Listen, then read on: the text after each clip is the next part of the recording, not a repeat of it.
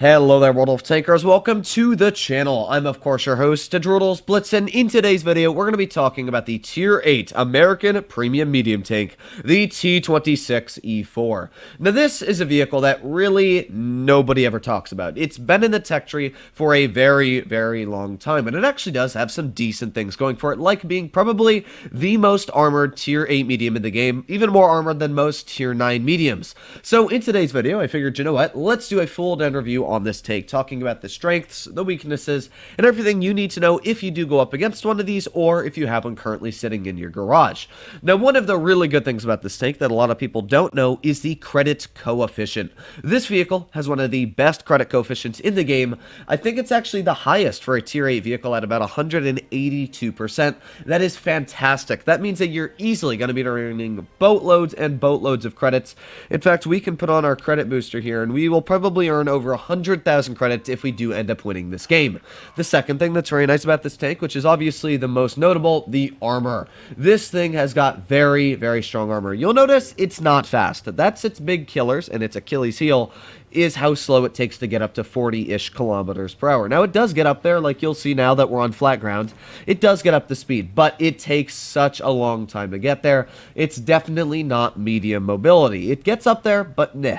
The great thing about this tank, though, is that it does carry a medium gun. It's still got very, very good turn armor, very good hull armor, and it's able to make its way to medium positions without getting bullied by its teammates for fighting, a medium, like, heavy on the heavy side. So let's see what we can do here. What are we up against? We got the VK100, we got a T49 off to the other side, aiming a shell on you. No, that one did not want to penetrate. And with that Chimera, just slamming a shell into our TVP VTU with his wonderful situational awareness. Not off to a great start for our team, I can tell you that. Now, the aiming time on this vehicle is not fantastic. In fact, it's quite poor, which is obviously not what you want for a Tier 8 medium. So, yeah, I'm going to put on my adrenaline here. Maybe we can get another shot into that Chimera. There you go. Another nice shot and tracking him as well. I can tell you that Chimera, yeah, probably not feeling too happy with his decisions right now. But that does not affect us, of course, so let's continue to see what we can do. Now, we didn't really get the chance to use our armor yet, which of course makes sense. We got the VK100, though, off to the side. Get a nice snap into him. I do love the armor on this tank. That's one thing I'll say, and the gun is actually very good for what it is. It's got about 215 millimeters of penetration if you are going to run calibrated, which means that you can easily cut through armor like that on the VK100 and just make it seem like no armor whatsoever. That's very, very important because that means that you don't have to load premium as much, meaning that you're really going to get nice rolls in this vehicle. Now, we do got that Pantera shooting at me, and with that fantastic shell there, I don't even know where that Pantera hit me, to be completely honest, but we're going to try and get some shells out into this 252 here. Now, the 252 does have a very, very big alpha, and as well pretty decent penetration, so I wouldn't be surprised if he pens me, but at the same time, yeah, that 252 is not feeling too well. So let's get a nice shot out into that Pantera. There you go. Nice tap for 180. We got the Tiger, and there you go. Our first bounce of the game from the Tiger 2. So not too bad. That was just an awful shell for me there. But again, you can see this thing does get bounces. In fact, it gets pretty good bounces when you think about it. Now, I'm trying to get this Tiger 2. There you go. Nice shot right in the lower plate. And of course, because we do have less alpha than him, we do out-reload him. So let's get another nice snap into him. And there you go. We're doing pretty dang solid, if I do say so. Now, of course, this Tiger, well, I would say he was going to shoot at me, but looks like he's not even going to bother to shoot at me.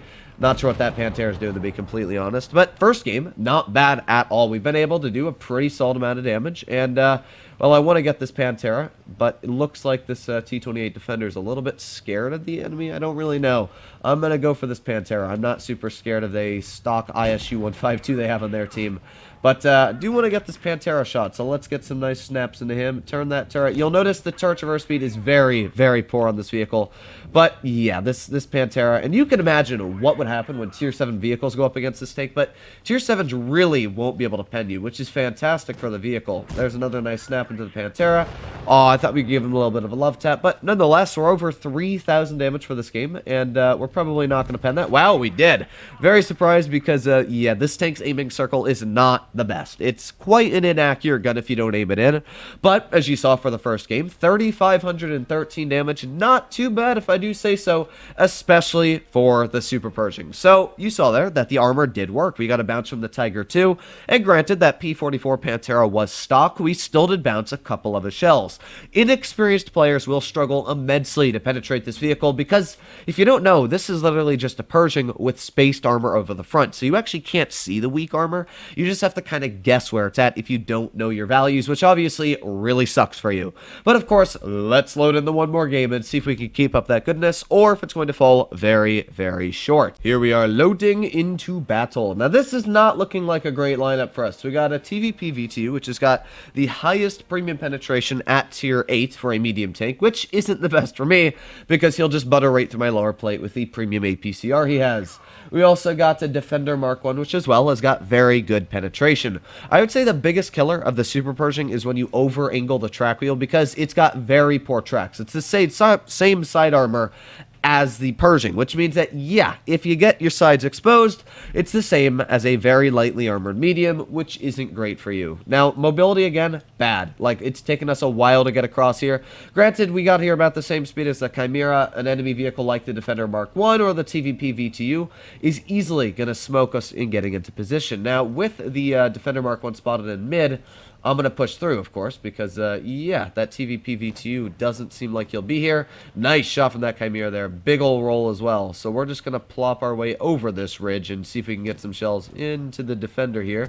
There's one nice shot, and, ooh, he went right through our armor on that first shell, but maybe we'll get a bounce here. You never know. Yep, there you go. One bounce. Not too bad so far. We'll see if we can get some more. Come on, wiggle, wiggle, wiggle. Or, I don't really know what he's doing, to be fair. He doesn't seem to be very big brain, and he's dead. Okay, well then. Not too bad, if I do say so, from from whoever killed him. But we're going to get some shots into the K91 if we can. Let's aim at another shell. Let's load it at premium. And, oh, I didn't think that went that far down. But no clue where the enemy TVP VTU is to be. Oh, well, we found him, I guess. Let's get a bounce onto you. So the TVP VTU's off to the side, which, I guess we can go for him. I don't really want to. I need help from the Chimera. Yes, okay, good. He's taken out, and we got the ISU off to the side. So what I'm going to do is turn my tank off to the side here and see if we can get some shells into the TVP. TVP, play with me. Come on, bounce me. Oh, no, that's not great. You can see this is where this tank has some big issues. The bouncing factor is definitely one of them. With having, oh, that's not good either. Let's back up here. Maybe we can get a bounce. I don't know. He's probably, oh, wow, he didn't pen us. Good armor from the Super Pershing. So again, as you can see, the armor on the Super Pershing does seem to do its trick. Even though this is a TVP VTU with a ridiculously strong gun, and as you can see, he's just like snapshotting us like a beast here, we are still doing a pretty solid job. There's a nice snap into the TVP, and there's a bounce. Again, look at that fantastic armor doing its trick. Like, that's pretty dang impressive. This is a medium tank, of course, and we're getting bounces, which is great. Sorry for my voice dying on me there. Sometimes when it's very early in the morning, although it's not very early, but I will say I woke up just now, so that's my excuse. My voice doesn't like me. But nonetheless, pretty solid game again. This is why I like the Super Pershing. A lot of people give it hate and say it's a useless vehicle. I don't think so. I think that if you can use the armor correctly and you can run the tank in good situational awareness, you'll do very good. 90,000 credits for that game. Pretty dang solid, which doesn't really help me because we're at 293 million. But nonetheless, the Super Pershing's a decent vehicle. Would I suggest for anybody to buy it? No. It's definitely not worth the price because you can get your hands on vehicles in the store like the 75 TS for cheaper, and it's pretty much just an all-around better vehicle. Now, if the Super Pershing comes for free or you're able to get your hands on it very cheap, maybe in a lucky chest, this is a good review for any of you out there that do like reviews on tanks that might not be talked about that much in Blitz. So hopefully all of you enjoyed today's video. If you want to see more like it, please consider smashing that subscribe button down below. But other than that, hopefully I'll be seeing you in the next one. Bye-bye.